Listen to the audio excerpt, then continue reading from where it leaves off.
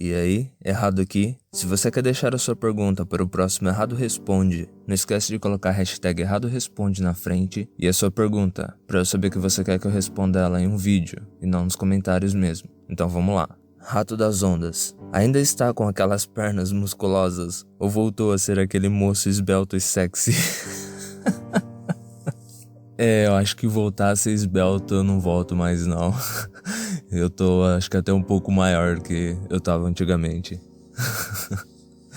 Gabriel Vieira. Qual a diferença entre o Éden da Igreja Católica e de outras igrejas? Bom, o Éden, ele é considerado um paraíso na Terra, né? Ele é uma espécie de recinto fechado, onde as pessoas as religiões normalmente costumam dizer que existem 2 árvores no interior. Existe uma variação, acredito que no islamismo, onde só tem uma árvore, mas em termos de diferença entre as igrejas cristãs, eu não conheço nenhuma não, né? Mas eu também nunca estudei a fundo isso. Eu acho que se existe uma diferença, as mais gritantes mesmo seriam com relação à interpretação do que o Éden realmente significa e do que as coisas que são descritas como sendo parte do Éden realmente significam. Então é possível que algumas igrejas entendam o Éden como um lugar simplesmente simbólico e não como um lugar realmente físico, enquanto que outras entendem como sendo um lugar físico, né? É que eu nunca estudei muito a fundo, então não posso realmente definir as diferenças. Pombo Podre. Você pretende abordar contos de fadas, de relevância que elas tinham na sociedade, nos períodos em que foram criadas e na relevância delas hoje em dia? Eu pretendo abordar contos de fadas no que se referem a fábulas associadas a folclore. Então, por exemplo, no folclore brasileiro tem a lenda da cabra cabriola. E dentro da lenda existe uma fábula que conta como que essa criatura ataca e faz vítimas e tudo. Então, no que se refere a isso, eu pretendo abordar fábulas, mas falar sobre histórias inteiramente fictícias, como Chapeuzinho Vermelho, por exemplo, ou Bela Adormecida, que talvez tenham algum tipo de inspiração folclórica ou até real, mas são consideradas ficção, por assim dizer. Eu não pretendo falar sobre elas não. Talvez muito no futuro, porque tem muita coisa que eu quero abordar a respeito de mitologia, religião e folclore. Então, começar a falar de fábulas ou qualquer coisa relacionada, de contos de fadas ou qualquer coisa relacionada à ficção ou essa área cinzenta entre realidade e ficção, eu não pretendo falar não. Escuridão Noturna. Você fez um vídeo falando sobre feitiços para se transformar em lobisomem, e também fez um vídeo falando sobre as raças de lobisomem, mas tem uma pergunta que eu gostaria de saber que talvez você saiba me responder, que é: você pode escolher qual das 5 raças você quer ser? Há um feitiço para cada uma das raças? Normalmente certos tipos de comportamentos ou modos de transformação estão associados com um tipo de raça. A gente vê a espécie lobo, que eu citei, normalmente ela está associada com um castigo divino, como é o caso do Licaão e de uma outra galera da Grécia Antiga e Roma também. A gente vê uma espécie meio que intermediária, semelhante à dos Berserkers, ou alguns Skinwalkers, que eles usam uma pele ou um tipo de unguento, passam no corpo ou vestem a pele ou cinto e se transformam numa criatura mais parecida com o bestial ou com o selvagem, que eu citei. Agora, o humanoide, eu sei que existe um tipo de humanoide no Brasil, só que ele tem umas orelhas grandona e tá mais associado com um ritual de magia ou com um castigo, em que a pessoa tem que assumir essa forma ou como castigo ou como uma maneira de conseguir sangue para curar a doença que ela tem ou para reduzir os efeitos de uma doença que ela tem. É muito difícil determinar como transformar em cada espécie, porque aí a gente entra na área de magia. E a área de magia que se refere à metamorfose está muito de acordo com cada doutrina e a visão que cada doutrina tem, né? Então é muito complicado. Acho que para entender realmente isso, o ideal seria estudar magia. Lobo da Meia-Noite. Numa luta entre Ra da mitologia egípcia e Apolo da mitologia grega, qual você acha que ganharia? Cara, eu não consigo determinar uma vitória para esses dois. Se eu fosse fazer um vídeo sobre eles, eu descreveria os pontos fortes de ambos e deixaria pra você escolher, tá ligado? Não teria como eu determinar uma vitória pra eles sem ficar um negócio meio ambíguo e meio incerto.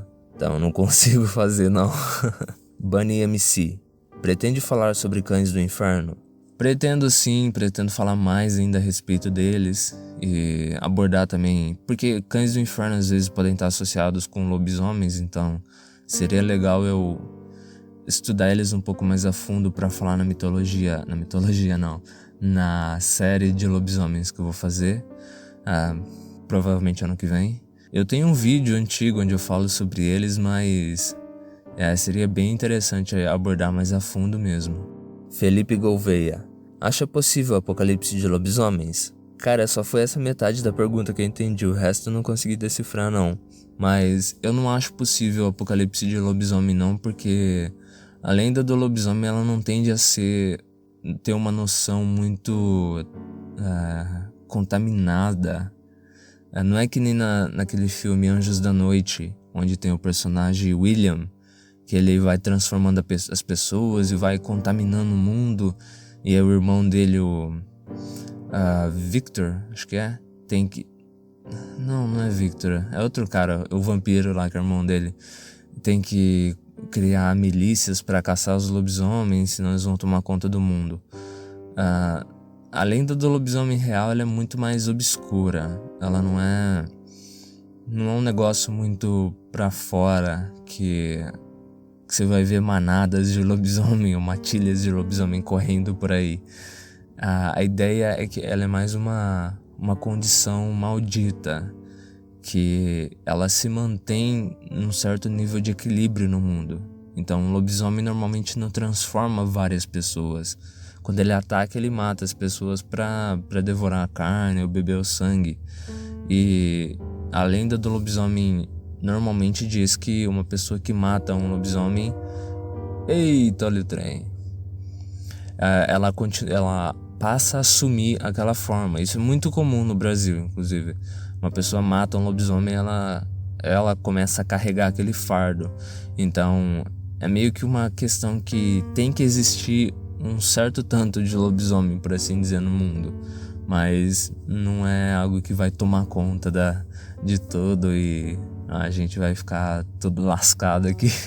Imagina, cara, meu Deus. O filme Anjos da Noite mostra isso muito bem, cara. É muito sinistro, velho. Você é louco.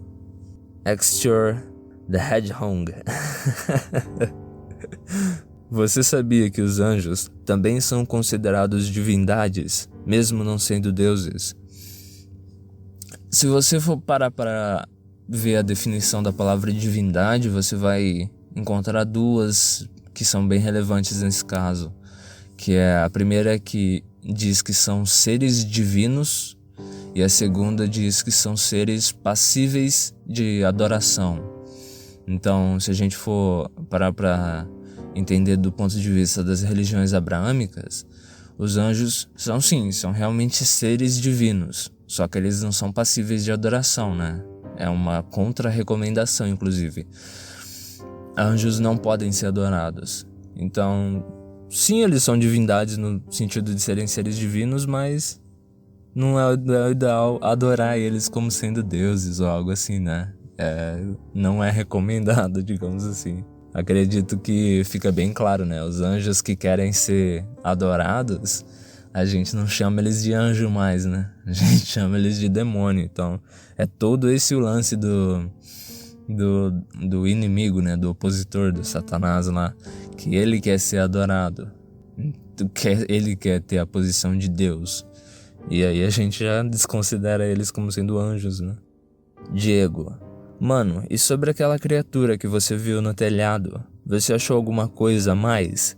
Eu vi uma parada parecida no telhado do vizinho em 2020, mas não eram gatos homem, era nóia mesmo. Eu já vi esse famoso nóia também pulando nos telhados aqui da rua. Com relação à criatura que eu vi, pra quem não sabe, eu vi uma criatura que parecia uma mistura de felino com ser humano. Ela devia ter mais ou menos 1,80 m e tava de 4 num telhado de uma casa onde os donos haviam morrido, não fazia muito tempo. Tava escuro, era durante a época da quaresma, o poste que fica 2 calçadas para cima tava apagado, por alguma razão. E aí eu consegui ver ela, como a lua tava iluminando bem o céu, eu consegui ver a silhueta dela perfeita. Eu devia ter uns 12 anos, então isso foi 2011, durante a quaresma de 2011. Então, fevereiro, março ou abril, algo assim. Com relação a essa criatura, eu achei algo recentemente, é muito doido você me perguntar. Eu encontrei um podcast em inglês que chama Monsters Among Us, algo assim, não me lembro o nome agora. E o cara que criou o podcast, no primeiro episódio, ele falou que quando ele era criança ele tava meio que acampando com os amigos numa mata perto da casa dele, lá nos Estados Unidos, e ele viu passando, correndo, como se fosse um gato gigante, completamente preto. Ele descreveu como sendo uma pantera. E aí eu fui pesquisar mais a respeito disso, e geralmente esse é o máximo que eu consigo achar com relação a gatos homem, ou avistamento de gatos gigantes ou algo assim, estão relacionados com panteras. Eu pesquisei bastante já sobre essa criatura, e normalmente eu costumava achar seres que deformidades, né? Eu vi muita história de mulheres que deram à luz a crianças com cabeça de bebê, com cabeça de gato. Cabeça de bebê ia ser bem normal, né? Inclusive, com cabeça de gato e garra e rabo também. Eu vi isso, só que são consideradas anomalias do nascimento. E são coisas antigas, na Idade Média e tal, então, é bem certo. Às vezes era uma deformidade e as pessoas falavam, nossa, parece um gato, não sei o que, e ficou nisso. Eu li, cara, tinha uma página muito interessante que tinha só associações com todas as histórias de híbridos entre felinos e humanos, e avistamentos, e bebês que nasceram, e histórias. Tinha bastante história alemã, que tinha até uma cidade alemã onde tinha uns acontecimentos bem bizarros relacionados a essas criaturas. Mas eu não consegui achar, cara. Uma coisa que me perturba bastante é que naquela casa lá, o dono costumava criar galinha. Então ele tinha uns viveiros que dava pra pôr umas 30 galinhas lá, tranquilo. E, cara, pra que ele precisava de tanta galinha, né? Não sai da minha mente que esse cara sabia que tinha esse bicho lá e tava alimentando a criatura, velho. Era um senhor. Devia ter uns seus 70, 80 anos já. A mulher dele morreu alguns meses antes dele.